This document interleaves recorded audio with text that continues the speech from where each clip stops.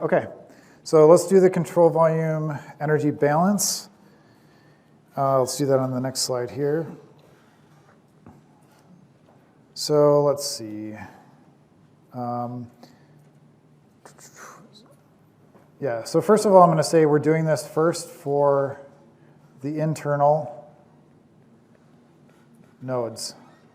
And what do I mean there? So you have, if you look at the nodes, there's a node 1, there's a node n. Those nodes have different conditions coming in from the left and coming in from the right than all the other nodes do.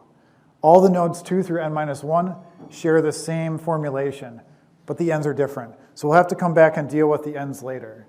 For now, we're just for the internal nodes. Let's just do it in a consistent way.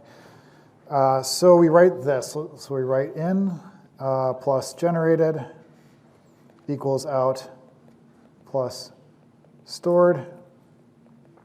As I've drawn it, we only have stuff coming in, and we have generation. So out and stored are 0. So collecting the terms that are involved, we'll say in, we had q dot from the right at node I plus q dot from the left at node I plus generation, which was g dot triple prime times v of node I equals 0. So for bookkeeping, it's really important to say where this equation is valid. This equation is valid for nodes I, where I is between 2 and n minus 1. So there's some notation that you can get used to using, which is this symbol, right? So this symbol here, sometimes you see it as volume. In math, it means for all. So this is for all. So we're saying for all I, this is in, right? This kind of epsilon looking thing. So we're saying for all I in the set, and the set here is 2 to n minus 1. All right. If you have an industrial engineering background, you recognize some of this stuff, but it's just notation for sets, which is really common. Yeah. So when you say like I is 2 and n minus 1, would that also include the 2 and n minus 1 as part of that? Yes. So the question was, is that inclusive? Yep. So you're formulating a set 2 up to and including n minus 1 and every index in between. Okay, so we've written this out. I mean, it's fairly straightforward. But basically, now we need to have like rate equations. So this is mostly a blank slide. But let's say we're going to now represent the heat flows using a resistance model, and then repeat this for the end nodes. So we just derived that equation that I outlined in red. Now we need the resistance model for each of those terms. So that's pretty easy to go through. We can do that. So let's see. We have, let's start with q dot L. So q dot L for the ith node. Maybe I need to draw something so you can see it again. So we have our control volume. This is I minus 1, I plus 1. This is delta x. Right? So the width is delta x, but I'll also say like the spacing between the nodes is delta x. It's the same thing.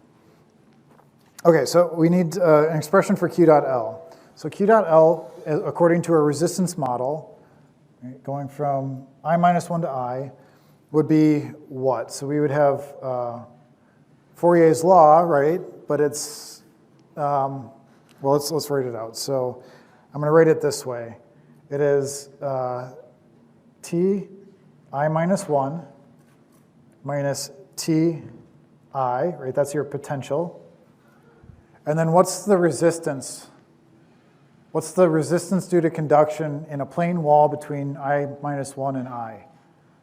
That's going to be thickness over Ka, right? KAC, thickness over KAC. What's our thickness here? So thickness in the denominator, that's going to be, where are we here? Thickness over is going to be delta x. That's how far we have to conduct.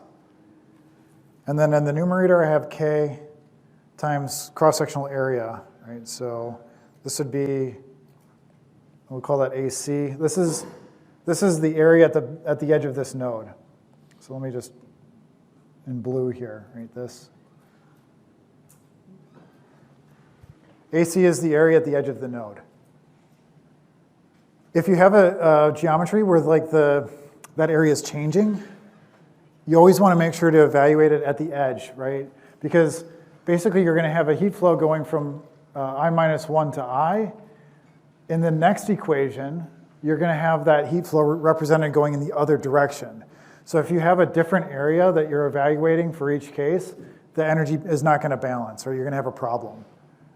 So area needs to be the same. Right? Don't get lost on that, but we'll come back to it. It'll be more examples for it. Okay, so this is valid for all I in the set from 2 to n minus 1. So that's Q dot L. Q dot R is very similar. Q dot R I equals, what's my potential? So now I'm going from the right to the left. So that's Ti plus 1 minus Ti over delta x times K AC. Again, that AC now is going to be the AC on the right-hand side. So this cross-sectional area here. Same, and it's valid over the same index range. Let's keep going. So G dot, we need something for G dot. So G dot triple prime, G dot of I, that's the total generation in node I, is going to be equal to G dot triple prime, which is a function of x. So we would pass into that function x sub I, and then times the volume. And what's the volume of this control volume? It is delta x. Oops, what happened here? Delta x times the cross-sectional area, right? Or in this case, it's AC. Again, if that's changing, you have to compute what the actual volume is. For this problem, it's constant. So that's our G dot triple prime. Okay, we now have everything that you would need to combine everything together. So you write out this equation. I'll write it so you can see what it looks like. So we have K times AC times Ti minus 1 minus Ti over delta x. That's the first one. So KAC, then Ti plus 1 minus Ti over delta x plus G dot triple prime at xi times delta x times AC equals 0. And this is for all I in 2 to n minus 1.